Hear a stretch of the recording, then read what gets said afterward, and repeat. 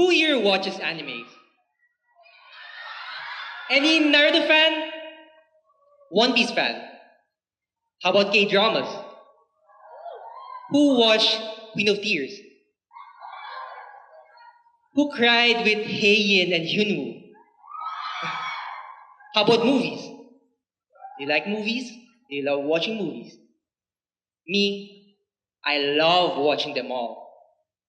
When I was in med school, my Saturday was what I call a chill study day. For me, chill study means that I'm studying while watching a movie or a series. While people think that these are distractions, watching my favorite shows while familiarizing myself with the topics allowed my mind to deduce the things I need to study first in a more relaxed manner. My mom told me that I am lazy. There was one time she went into my room and caught me watching Naruto, of course. And it was an exam week then, so yeah, I'm still watching anime. She said, "Stop that and concentrate on studying." Di ba, ma?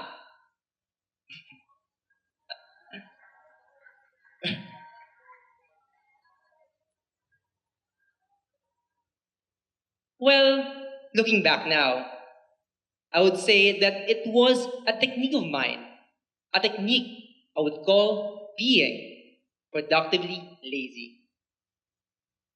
I know it sounds like an excuse, but let me introduce to you the concept of being productively lazy. I think being busy is too romanticized in our generation. It is equated to being productive, but is it really? A lot of people jump from one task to another without breaks. And yet, at the end of the day, they don't really feel like they've accomplished a lot. People push themselves to their limits, making them feel burnt out and no longer happy. That is why I think we should start being productively lazy and rather focus on the things that matter most. A lot of people think that I'm lazy, but I'm actually productively lazy. I just want to do things my way of making my life easier, but efficient. This way, I can take care of my mental health first while working towards my goals. Here are some philosophies I apply in my life by working smart, not hard. First, look at the whole picture. Before you dive into a task, stop and analyze the situation. Apply this technique and you'll live an easier and happier life. When you hear stories about med students' lives, that's all true. Every day, every hour, every minute feels like adrenaline.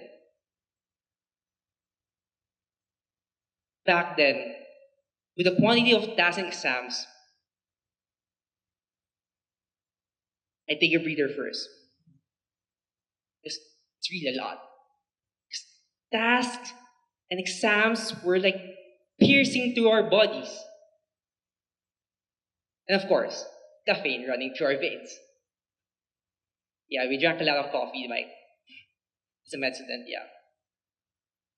So, every time I felt the pressure with the quantity of tasks and exams, I take a breather first, like watching the latest episode, then panic later.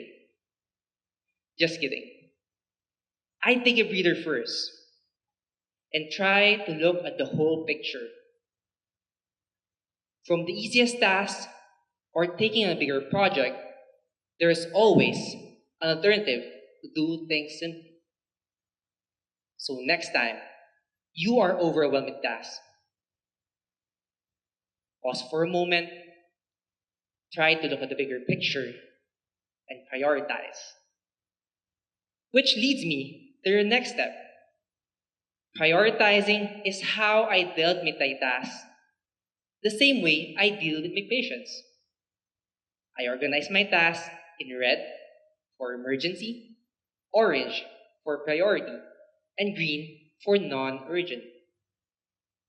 Just like when I was in the ER post during my internship at the busiest public hospital in Quezon City.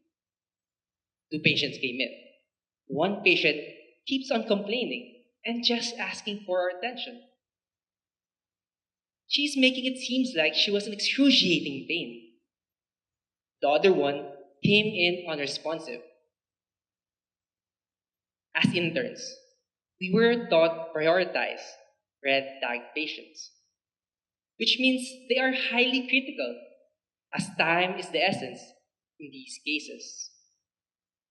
The unresponsive patient who is quiet goes first, and the patient just asking for our attention, but not really emergent, goes later. This is how we did things. We categorize each task on their level of importance and prioritize. You conserve your energy by prioritizing the things that matter.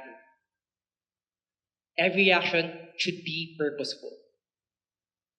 Prioritizing means knowing what truly is important and setting aside what is not. It's about recognizing that not all tasks are created equal and focus on the ones that have the most significant impact.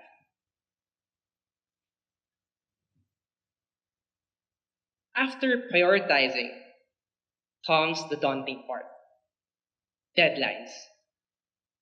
If you have a lot of deadlines, then forget the rest and forget yourself. While being productively lazy would need productive rest, right? I strongly believe in the power of productive rest, which means spending your time off wisely, choosing activities that replenish your energy mentally, physically, and even emotionally. By the way, was there a time in your life where you feel like you're endlessly running on a deadline? No matter how much you do, it seems like you have a checklist that never ends. This is what I felt when I was starting to review for the boards. It was the most taxing and draining 2 months I had to go through in becoming a doctor. We were about to summarize 5 years of lessons, practice, and training with only 2 months to prepare. Making or breaking my career felt so near yet so far. But even then, I looked for ways to conserve my energy by sleeping, taking naps, because sleep is a powerful tool for making our brains work. A neuroscientist who specializes in sleep once said that you need sleep before learning to actually prepare your brain to be like a dry sponge, ready to soak up information. Then after, you need sleep to hit that save button so you don't forget on those new memories. Aside from sleeping, oh, by the way, that's why when it's 10 in the evening, and if I haven't finished studying, I'll decide to sleep and pray to God that all the topics I didn't finish won't come up in the exam. Are you guys like that? Aside from sleeping, emotional rest is important too. When I was reviewing for the boards, I was on house arrest. I didn't go out for 2 straight months. But luckily, I was surrounded by my family and friends who visited me at home while I was studying. Being with them provided me with much needed breaks. And of course, I matched this with mindful eating and exercising, putting aside 30 minutes a day to walk.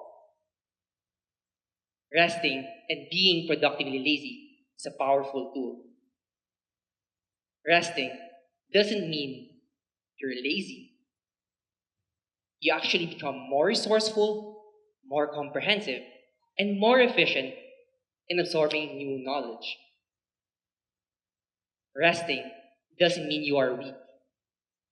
It just means that you are giving what your body needs to recharge and be equipped for the battle you will face. As you go along your journey, remember to take breaks. And when you are done, you must acknowledge your small leaps. Because progress is better than perfection. Speaking of perfection, do you remember the passing grade in your class? When I was in med school, the passing grade for most subjects was 75%. And being the average student that I was, I graduated not with flying colors, but good enough to say I passed. Good enough.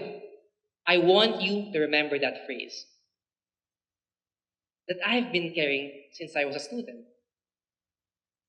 Good enough doesn't mean giving up on improving yourself or settling for less.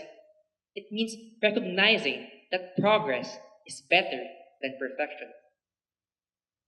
You have to let go of the idea that you need to be perfect, whether it's your grade or a work output.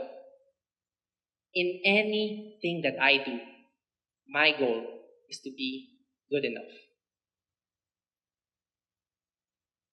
I am challenging the phrase dream big. When we were kids, our goal was just to learn how to write. We wrote the same letters over and over again until it became second nature. It doesn't seem like a big deal now, but this was a stepping stone towards reading, learning, and further education. Just like how I was in med school, it wasn't overnight that I had to acquire the studying habits and time management skills to earn this degree. By taking baby steps, you get a sense of accomplishment with small things. I experimented with different approaches to studying and routines to figure out what's effective for me. Taking small leaps. Taking small leaps is important because it allows us to let go of this pressure of big dreams. This will allow you to improve your strategies and set ourselves up for success. Well, unfortunately, as some of you would agree, you can't run away from pressure forever, right? I faced an immense setback while I was starting to review for the boards. I broke my left hand, my writing hand. I had to undergo surgery 2 weeks after the accident. But the doctor told me that I couldn't use my hand for 2 more months. Sadly, a part of my studying strategy since college, the way that I've learned to memorize things was through writing, using my left hand. Imagine being back to square one. I felt like I was a 4-year-old kid again, learning how to write with my right hand this time. It felt like the world was telling me that it was not the perfect time for me to take the exam. So, like what I said earlier, I told myself to just go with it. I had to let go of the idea that I could be a first time exam passer. I thought to myself, I could just take the exam again if this really isn't the right moment. So, like what I said, I took baby steps, adjusted my learning habits, and learned how to write with my right hand, and just went with it. Thankfully, I passed. Again, not with flying colors, but good enough to say that my skills, which I honed for years, earned me this doctor's license. I want you to ask these things to yourself. Do I analyze the situation first before doing a task? Do I prioritize my task accordingly? Do I allow myself to rest? Do I allow myself to be imperfect? If you say yes to most of these, you are on your way to being productively lazy. And in the face of life's greatest challenges, you put your mental health first, choose your battles, and are overall more joyful and relaxed while working towards your goals. Thank you.